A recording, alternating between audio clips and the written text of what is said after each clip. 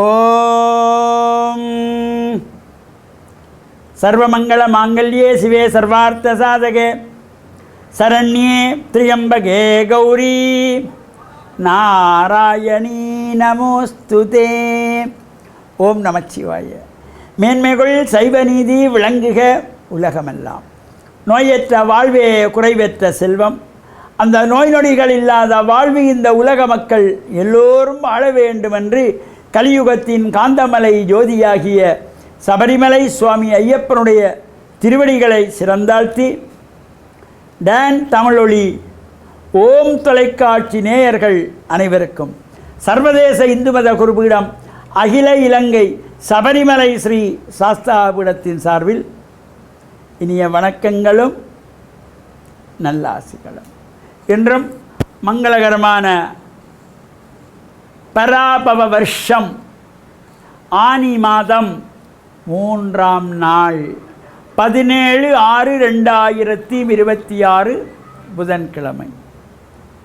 இன்று மலர்ந்துள்ள இன்றைய நாளும் நம் எல்லோருடைய வாழ்விலும் எல்லா விதமான சிறப்புகளும் வெற்றிகளும் கிடைக்க இறைவனை எல்லாம் பிரார்த்தனை செய்து இந்த கிழமைகளுக்குள்ளே ஒரு அற்புதமான நாள் இந்த புதன்கிழமை. எந்த ஒரு காரியத்தை நாம் ஆரம்பிப்பதாக இருந்தாலும் புதன்கிழமை அமைந்தால், ஒரு திருமணத்திற்கு புதன்கிழமை நமக்கு சேர்ந்து வந்தால், அந்த பெண்ணினுடைய மாப்பிள்ளையினுடைய நட்சத்திரத்துக்கு பொருத்தமாக நாட்களை எல்லாம் பார்க்கிற பொழுது புதன்கிழமை வந்தால் அதை போல ஒரு சிறப்பு வேறு எதுவுமே கிடையாது. அதனாலே தான் பொன் கிடைத்தாலும் புதன் கிடைக்காது என்பார்கள். இந்த புதன்கிழமை நாம் இறை வழிபாடுகளை எல்லாம் செய்வதோடு இப்பொழுது இந்த பல்வேறு ஆலயங்களிலே ஆனி உத்திரத்தை முன்னிட்டதாகிய உற்சவங்கள் நடைபெற்று கொண்டிருக்கின்றன.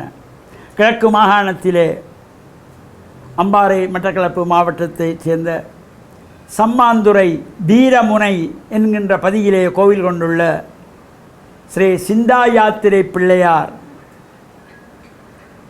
ஆலயத்தினுடைய இந்த ஆனி உத்தரத்தை முன்னிட்டதாகிய மகோத்சவம் நடைபெற்று கொண்டிருக்கிறது. உத்தரத்திலே தீர்த்த உற்சவத்தோடு துவஜ அவரோகணத்தோடு நிறைவேறும்.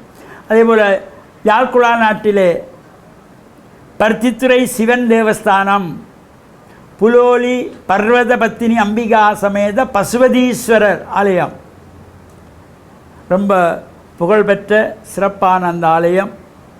அந்த ஆலயத்திலே இந்த 15 நாட்கள் உற்சவம் அங்கு நடைபெற்று 15வது நாள் தீர்த்த உற்சவம் ஆனி உத்திரத்திலே நடைபெறும். அன்றைய தினம் அங்கே காலையிலே ஒரு சிறப்பாக நடராஜ பெருமானுடைய அபிஷேகம் உதயத்திலே நடைபெறும். இந்த நடராஜ பெருமானுடைய அபிஷேகங்கள் விடிய காலையிலே நடக்க வேணும். சில இடங்களிலே 8 மணி 9 மணி 10 மணிக்கு நடை சிறப்புசேகம் செய்து கொள்வார்கள். இல்லை, ஆனி உத்திரத்திலே உதயத்திலே 5 மணிக்கு ஆரம்பித்து 6 மணிக்குள்ளே அந்த நடேசர அபிஷேகம் நிறைவு பெற்றால்தான் அது நடேசர அபிஷேகம். நடராஜ பெருமானுக்கு ஆனி உத்திரத்திலே நடேசர அபிஷேகம் நடைபெறும். அங்கே இறைவன் ஆனந்த தாண்டவம் ஆடுகின்ற வகையில் சிறப்பான முறையிலே நர்த்தனங்கள் தாளங்கள் எல்லாம் வாசிக்கப்பட்டு இறைவன் ஆனந்த கூத்தாடுகின்ற வகையிலே ஆடல் வெள்ளானாகிய நடராஜ பெருமானுக்கு இந்த ஆனி உத்தரத்திலே சிறப்பான அபிஷேகம் காலையிலே நடைபெறும். அதனைத் தொடர்ந்து பசுபதீச பெருமானுடைய தீர்த்தோற்சவம் நடைபெறும். இவ்வாறு பல ஆலயங்கள் சங்கானை ஓடைக்கரை சிவன் ஆலயத்திலே இந்த ஆனி உத்திரத்தை முன்னிட்டதாகிய தீர்த்தோற்சவத்தோடு கூடியது.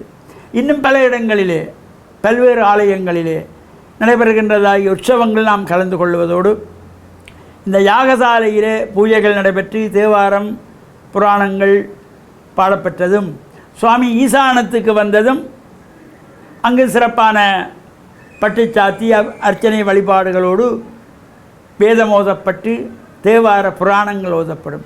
எதற்காக இந்த ஈசானத்துக்கு அவ்வளவு சிறப்பு? இதை ஒவ்வொரு சைவ சமயத்தில் அறிந்து கொள்ள வேண்டும். ஏனைய திக்குகளை விட இந்த ஈசான திக்குக்கு அவ்வளவு சிறப்பு. அந்த இறைவனுடைய ஈசான முகத்தில் இருந்துதான், அந்த ஈசான திசையிலிருந்து தான் 28 ஆகமங்கள் தோன்றின, 14 புராணங்கள் தோன்றின. அவ்வளோ ஒரு சிறப்பு அந்த ஈசானத்துக்கு. அதனாலே தான் மூலஸ்தானத்திலே சுவாமியை கும்பாபிஷேகத்திலே பிம்பஸ்தானம் செய்யப்படுகின்ற பொழுது கிழக்கு வாசல் கோவிலாக இருந்தாலும் ஒரு நூல் சற்று ஈசானத்தை பார்க்கின்ற வண்ணமாக அமைத்து கொள்ளுவார்கள்.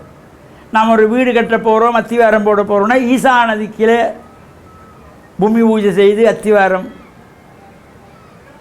கல் வைத்து அங்கே பூஜைகள் செய்யப்படுவது. அந்த ஈசானத்துக்கு அவ்வளவு சிறப்பு.